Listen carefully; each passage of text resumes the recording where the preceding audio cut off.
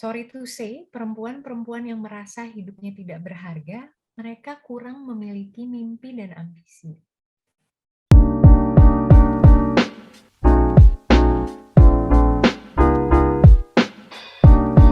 Tapi kalau misalnya nih, aku sekarang posisinya sudah menikah, Mhm, terus masih sulit ngomongin tentang keuangan, mhm, gitu ya. Jadi kayak, aduh gimana ya mau ngomongin duit, udah keburu nikah gitu kan ya. Ya awal-awal nikah sih misalnya kalau masalah gaji udah kebuka deh, cuman kalau utang nggak tahu, kalau gaya hidup ya lihat aja kayaknya mah cocok-cocok aja ya pacarannya dibawa makan ke sana, makan ke sini mhm, gitu kan ya, mhm, hangout mhm. sana, hangout sini mah cocok aja gitu ya. Tapi ternyata nih pas begitu mau ngomongin duit, aduh duitnya kurang, gimana tuh ngomongnya. Nah, kalau masalah setelah menikah ini, gimana sih sebenarnya cara terbuka? Aku penasaran ke Mbak Alia dulu deh. Enaknya gimana sih Mbak biasanya kalau menikah gitu? Ya, mungkin salah satunya gini deh, uh, agak sulit ya, ketika nikah tuh masuk ke satu rumah, bisa rumah baru, bisa rumah pasangan kita, mertua pasangan, atau rumah ibu bapak kita gitu. Penyesuaiannya aja sulit. I don't think 1 bulan pertama itu kamu bisa terbuka langsung segalanya tentang uang, ya kan? Kenapa aku hitungannya gitu? Ya inget-inget dulu ya nih, mohon maaf ya sedikit kayak mau kentut di depan dia aja gue malu gitu. Apalagi harus ngomongin uang yang mungkin I'm not proud of loh. Dengan berapa yang aku bisa hasilkan saat ini gitu. Akan sangat berbeda ketika level confidence pacar kita memang merasa gajinya sangat mencukupi. Dia Hmm. pasti yang akan bring up the conversation, ya kan? Mhm mhm. Cuma biasanya kalau dulu aku tuh memang memiliki insecurities yang sangat tinggi terhadap finansial. Dulu family aku memang memiliki financial issues. That's why I take this topic financial tuh wholeheartedly. Kenapa? Dari situ kita banyak belajar kalau apa yang diajarkan orang tua kita mungkin tidak selalu benar. Dan apa yang kita pilih terkait keuangan juga tidak selalu benar. Kenapa? Karena kondisinya. Apa yang kita miliki saat itu, termasuk uang, ilmu, dan informasilah yang akan membantu kita membuat keputusan keuangan. Hmm. Ya, circumstances-nya berbeda, nanti keputusannya berbeda lagi. Bukannya kita sebagai orang yang berubah gitu ya. Kayak nanti kan suka banyak tuh gitu, aduh laki gue tuh ya mentang-mentang promosi gaji tinggi gini, udah banyak duitnya terus dia berubah gitu. Yang harus kamu ikut berubah adalah when the money grows in your family, kamu ikut berubah. Hmm. Kebanyakan perempuan itu terlalu nyaman. Kalau laki-laki mungkin memiliki tanggung jawab di budaya patriarki untuk menghidupi, makanya bisa lebih berambisi. Sorry to say, perempuan-perempuan yang merasa hidupnya tidak berharga, mereka kurang memiliki mimpi dan ambisi. Tuh sampai merem-merem tuh Mbak Nuran.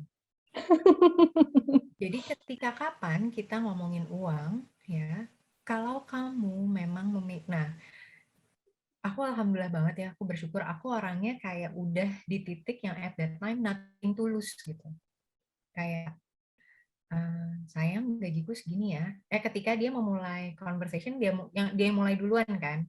Karena menurut dia kalau aku mau menikahi kamu, karena waktu itu udah serius, kamu harus tahu seberapa aku bisa menghidupi kamu paling tidak 1-2 tahun nanti. Karena sekarang kondisi keuanganku kayak gitu. Nanti kalau berbeda ya berbeda gitu.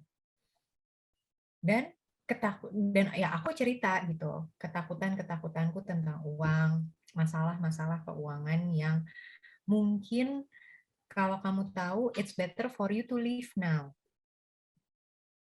Karena semakin dipendem, karena menurut aku masalah keuangannya bukan dari aku, mungkin dari keluarganya gitu kan.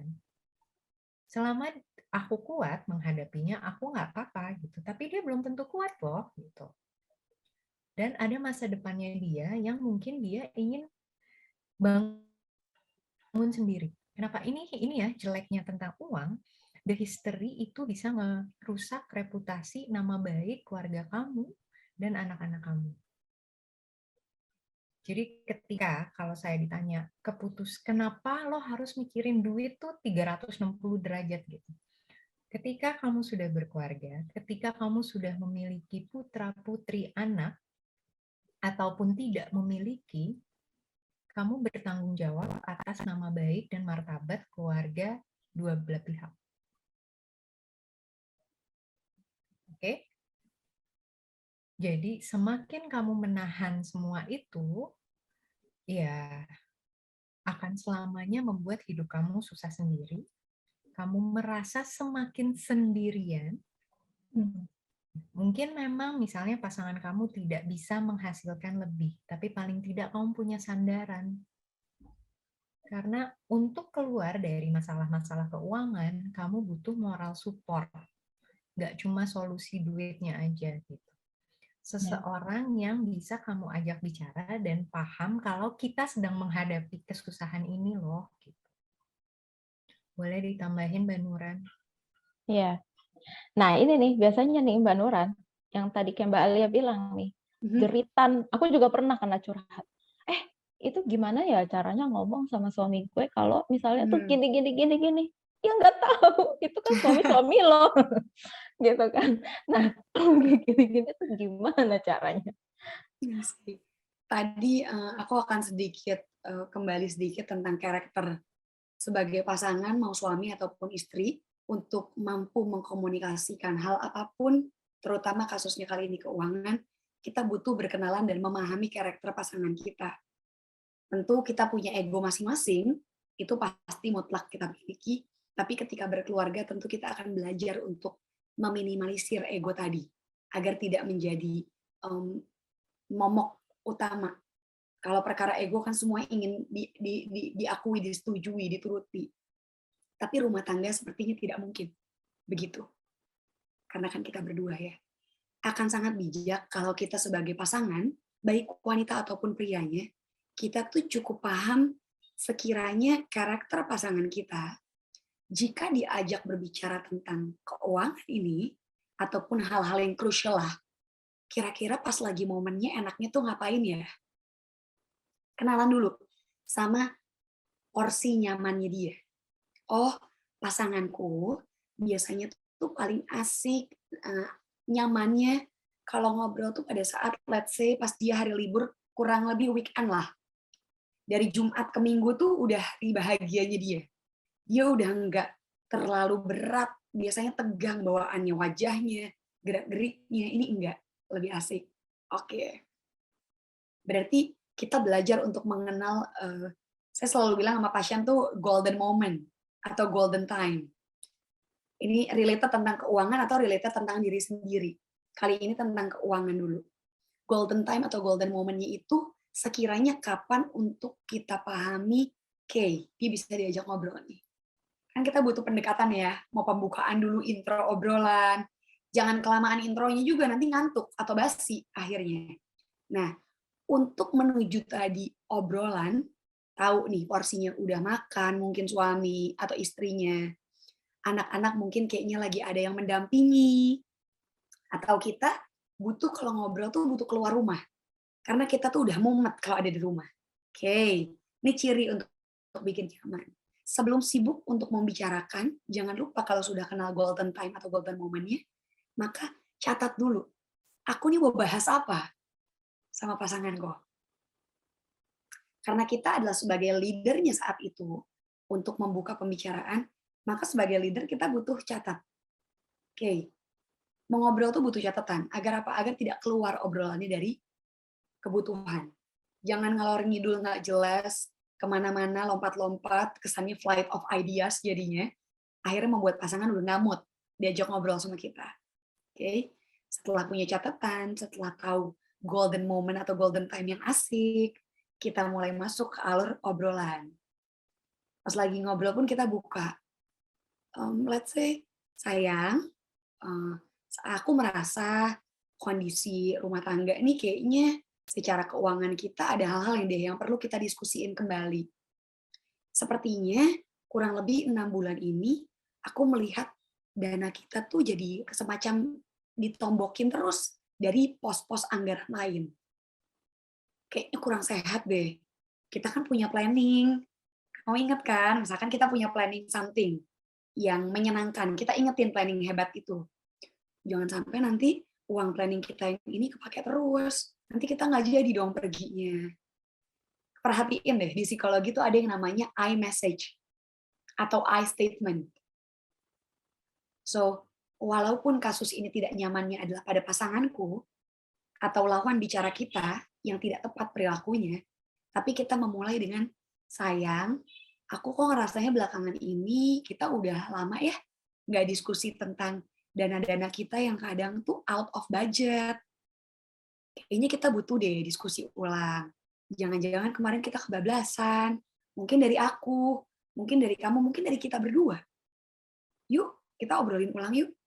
Saya merasa ada something sama kita, bukan sama kamu. Oke, kalau I statement tuh saya mau ngegiring ketidaknyamanan jadi nyaman karena it between us. Kalau you statement itu kan kayak nunjuk ya. You sudah langsung terintimidasi. Pasti lawan bicara kita. Karena poinnya mungkin kalau you statement gini, kamu aku lihat belakangan ini uangnya cepet habis deh. Kamu kemanain sih uangnya? Kamu tuh sih hobinya sih main golf, main ini, berkuda, AIU misalkan ya, whatever. Tapi kamu sih, kamu tuh, siapa pasangan yang mau diajak ngobrol kayak gitu? Tidak mungkin, teman-teman. Ada bubar. Orang kalau udah terintimidasi, pilihannya 2. 1, kabur. 2, bales lagi. Oke? Langsung pertengkaran. Pasti. Karena ketika orang terintimidasi atau tertekan, ada pressure besar, mereka punya pilihan untuk being responsive atau being reactive. Reactive means gue ledakin lagi nih. Aku ikutin kamu. Meledak pula, bukan? Tapi kalau responsif, oke, kasih jeda, I'm thinking. In a minute, oke, gue mesti ngapain? Mungkin ini salahnya dari aku, tapi mungkin juga dari dia. Tapi kok dia sepertinya mengintimidasi aku ya? Oke, kayaknya aku nggak nyaman nih, karena baru diserang. Nggak nyaman, baru serang. Oke, kita informasiin ke dia. Sayang, aku kurang nyaman deh sama nada bicara kamu. Mungkin kita nggak ngobrol sekarang ya, sebentar. Kurang lebih kapan? Ayo, kesepakatan. Kayaknya aku mau think dulu deh, berpikir dulu. Nanti malam kita obrolin, boleh? Jadi kita nggak kabur, bikin kesepakatan. Orang tuh kalau butuh jeda, artinya punya kesepakatan. Tapi kalau bete, diberantemin pasangannya, itu kan bahasanya sekarang namanya silent treatment. Kalau silence and silent treatment is different. Ya. Jadi kalau silent treatment, sebodoh deh. Misalkan kita cuekin aja dia, ngomong aja tuh lo ngomong apa terserah. Jadi bete-betean. Ya mau sampai kapan? Rumah tangganya bakal capek terus dong. Jadi setelah kita mampu bicara dengan I statement tadi, dapat enaknya, mungkin pasangan kita tetap akan ada sikap mungkin ingin keluar dari diskusi. Mungkin aja, nggak menutup kemungkinan kok. Kalau itu terjadi, kita tetap akan info. Kalau kamu mungkin belum nyaman ngobrol sekarang, nggak apa-apa. Tapi enaknya kapan? Aku pengennya yang kita sama-sama nyaman. Mungkin kita atur gitu. Kurang lebih.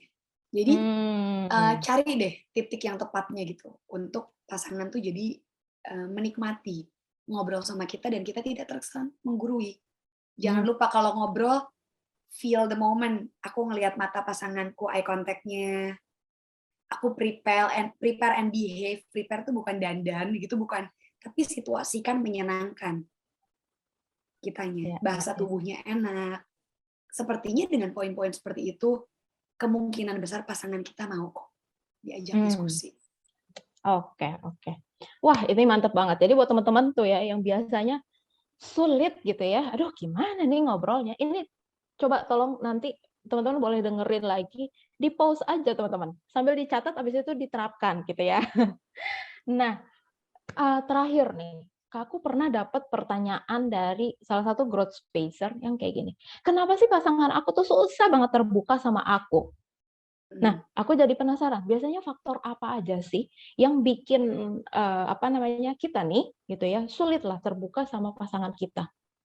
Apakah memang pasti kalau keuangan ini biasanya trust issue, kita nggak percaya sama pasangan kita, "Ah, nggak usah deh, entar lo boncos sih, lo boros sih orangnya, nggak usah deh, gue nggak usah kasih tahu lah," gitu misalnya, gitu. Atau apa biasanya faktor-faktornya? Aku mau ke Mbak Alia dulu deh. Biasanya adalah yang pertama insecurities, yang kedua ketidakpercayaan dirinya dengan value dan uang yang dia miliki saat ini. Yang ketiga, past history-nya. Uang itu mengajarkan dia seperti apa? Pernahkah membuat dia hidupnya tuh menderita karena uang? Sebenarnya 3 itu aja sih, core dari semua ketidakterbukaannya itu. Cuma biasanya trust issue itu justru diciptakan dari environment terdekatnya dia, yaitu keluarga. Oke. Dan biasanya memang kita membawa value-value ini ke dalam hidup kita selanjutnya gitu. Siapa yang berperan penting dalam memegang uang? Siapa yang biasa berperan dalam mencari uang? Ya kan? Dan apakah kita justru bisa belajar dari orang tua kita atau menghentikannya sama sekali? Dan bagaimana orang melihat dirinya dia. Tadi, ini hubungannya dengan confidence. Apakah dia pernah direndahkan?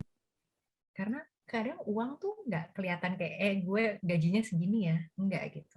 Tapi dari pembawaan kita, dari kepercayaan diri kita, dari bagaimana kita berinteraksi, itu juga sudah menunjukkan sebenarnya seberapa kuat sih fondasi finansial kita terhadap level of confidence sama ambisi. Orang-orang yang kurang berambisi itu, satu, mungkin hidupnya terlalu nyaman, ya kan? Yang kedua, dia less confidence. Udah di sini aja, saya tidak akan bisa mencapai semua itu. Jadi 3 hal tadi menurut aku yang bisa dirangkum, kenapa sih orang tuh susah terbuka. Jadi sebelum kamu menginginkan keterbukaan uang dengan dia, kamu harus mengobati semua itu. Bikin dia merasa secure. Bikin dia menjadi confidence dengan apa yang dia miliki dan sama-sama. Dan ini terakhir ya, yang paling penting buat aku, dengan misalnya ada ketiga hal tadi, solusinya adalah sama-sama yuk berdua, siapapun yang kerja, punya single income ataupun double income, dibikin deh yang namanya income planning. Sekarang kita ada di mana? 3 tahun lagi kita mau apa? Mau punya berapa? Mau beli apa? Mau liburan kemana? Anak kita mau sekolah di mana? Mungkin jangan secara nominal dulu ya. Jadi biasanya memang life planning-nya dulu nih. Bisa ketemu Mbak Nuran, habis itu ngomongin angka sama aku tuh. Aku promosiin sekali 2 kelas lah ya. Benar. Iya. Wah, ini nih. Tadi udah disebutin sama Mbak Alia, biasanya tuh ada insecurity, ada nggak pede, pernah punya pengalaman yang buruk tentang uang. Ini nih gimana Mbak, supaya, aduh aku pengen membuat pasangan aku nyaman gitu loh. Gimana nih caranya Mbak Nuran? Apakah dengan kayak tadi juga gitu, dengan iMessage, atau ada perlu treatment-treatment khusus nih? Kalau insecure kayaknya kita harus gimana biar dia secure gitu ya. Gimana tuh Mbak Nuran?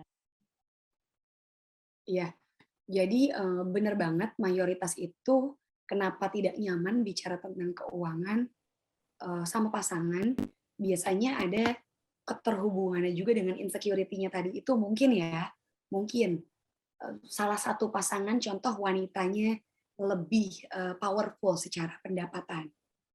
Dan ini terbukti menurut riset, semakin tahun berjalan ke sini, wanita-wanita itu memang luar biasa. Pendapatannya banyak dari para wanita ini jauh lebih tinggi daripada pasangannya. And anyway, that's okay.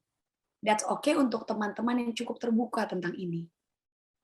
Tapi tentu dong, karena kita hidup dengan beberapa budaya di masa lalu yang tetap pattern-nya itu ada bagi kita, terbawa. maka sisi powerful-nya tadi, dari mungkin saat wanita berpenghasilan lebih besar itu kan pasti mereka merasa lebih powerful, oke? Dan powerful-nya ini kecenderungannya sangat mungkin terbawa dalam relasi pernikahan. Kerap kali secara tidak sengaja, besar kemungkinan si wanita ini membawa sisi powerful-nya ini dalam rumah tangga mungkin terkesan kayaknya aku tuh atasan, kamu di bawah aku. Ini biasanya jadi masalah. Ini biasanya jadi ketakutan juga. Efeknya apa? Mungkin tadi perubahan ekspektasi, ketidaknyamanan. Ini efek panjang nih yang banyak kasusnya sekarang terjadi. Tapi kalau bicara gimana biar nggak malu, biar percaya diri. Satu, kita semua punya isu, bebenahlah dengan isu yang kita miliki tadi, betul. Insecurity artinya dari sisi kecemasan yang kita miliki. Ketidakpercayaan diri datangnya juga dari sisi kecemasan yang kita miliki. Dari cara kita punya perspektif tentang kehidupan. Bagaimana kita memandang tentang hidup? Bagaimana tentang kita memandang sebuah relasi? Harapannya atau siogianya, ketika kita satu tim dalam rumah tangga, agar tidak menjadi takut, jangan sampai ada perasaan terintimidasi. Kayak tadi, perempuan lebih tinggi atau laki-laki yang lebih tinggi, sisi powerful mereka secara tidak sadar membuat ada yang merasa terintimidasi. Itu misalkan ya, ini sering, istrinya lagi minta ke pasangannya, ke suaminya uang. Terkesan minta tuh beberapa kali. Kayaknya jangka waktunya tuh pendek. Sang suami mungkin ini gurauan, tapi akhirnya tidak santun didengar oleh sang istri, tentunya gurauan yang tidak sehat. Yaitu, kamu minta uang mulu, nggak ngerti apa, kerja tuh susah. Emang ada punya uang gampang. Padahal mungkin para suami atau para istri yang bekerja di luar itu tidak tahu juga. Mungkin sebagai ibu rumah tangga atau bapak rumah tangga, perannya juga luar biasa besar dan tidak mudah juga. Dua-duanya tuh nggak ada yang mudah. Kalau menurut saya, ibu rumah tangga itu perannya terlalu besar malah. Terlalu berat. Makanya saya belum mampu bekerja di rumah saja. Itu salah satunya.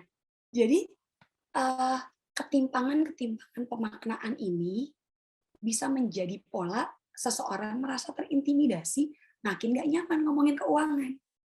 Cara bicara tuh penting banget. Makanya tadi kan saya sempat share ya, teknik bicaranya seperti apa.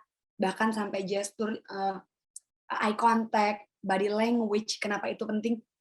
Karena tahu ini sensitif banget. Jangan sampai istriku merasa dia minta-minta. Jangan sampai juga suamiku merasa, aku mau minta-minta, ini tugas kamu. Uang aku ya uang aku. Uang kamu ya uang aku. Ini kan sering ya, banyak pernyataan kayak gini. Kesannya uang istri adalah uang milik istri. Uang suami adalah milik suami dan istri. Tapi mungkin kenalan dulu. Apakah skemanya menurut pemahaman suami dan pemahaman istri seperti itu? Atau tidak? Oh, nggak bisa sayang. Kalau menurutku, karena dari aku segini, aku tetap butuh bantuanmu. Sekiranya kamu paling nyaman mengurus rumah di bagian yang mana? Oh, aku bagian ini aja boleh? Ini kan enak ya, terbuka dulu. Dibuka kemungkinannya seperti apa. Dan penunjang-penunjang lainnya tadi, bener banget. Tadi aku sempat bicara tentang short term and long term planning, sama dengan Mbak Alia tadi sharing, kalau kita nggak punya tujuan yang jelas 1 tahun ke depan, 2 tahun, 3 tahun, 4 tahun, dan nanti ke depannya lagi, kita kan jadinya kayak kurang greget gitu ya ngejalanin hidup. Kayaknya tuh dalam berkomitmen tuh butuh punya pencapaian-pencapaian yang nyaman bagi kita. Bentuk pencapaian apa? Jika ingin punya anak tadi, sekolah anak tuh mahal loh. Sekarang banyak yang stres nih perkara sekolah anak. Lifestyle, atau mungkin liburan, atau hal yang lain. Ini bentuk kebutuhan utama rumah tangga kita apa?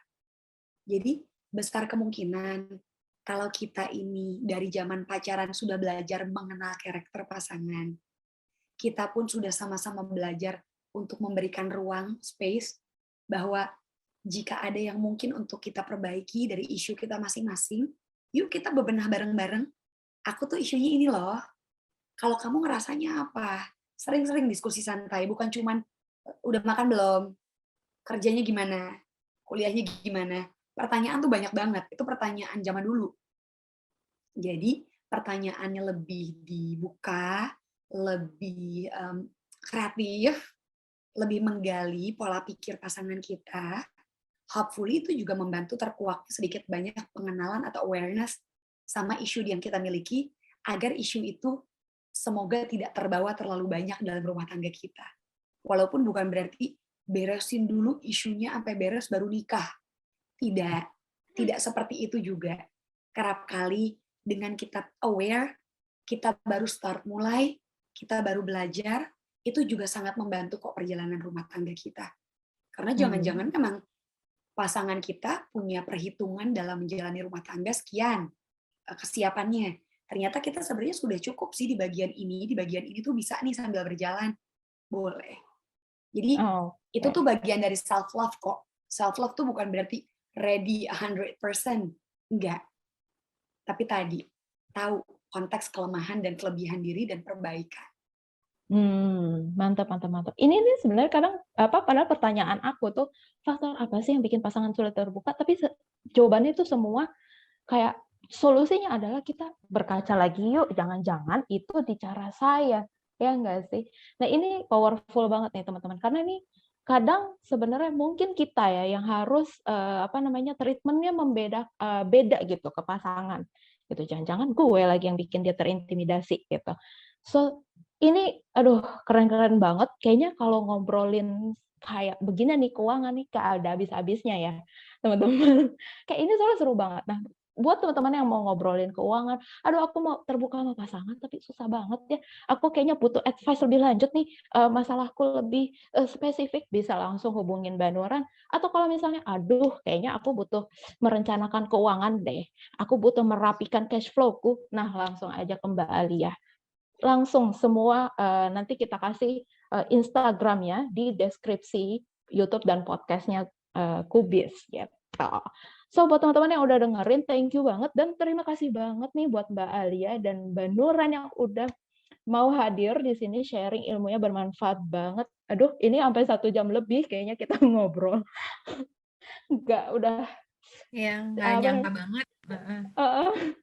Ternyata senyaman itu ngomongin keuangan walaupun thank you Mbak Hana, thank you Nuran. Iya, terima kasih. Terima kasih banyak Mbak Alia dan Mbak Hana. Iya, so teman-teman inilah akhir dari sesi podcast kita. Sampai ketemu lagi di podcast-podcast berikutnya. Bye. Bye, terima kasih. Thank you.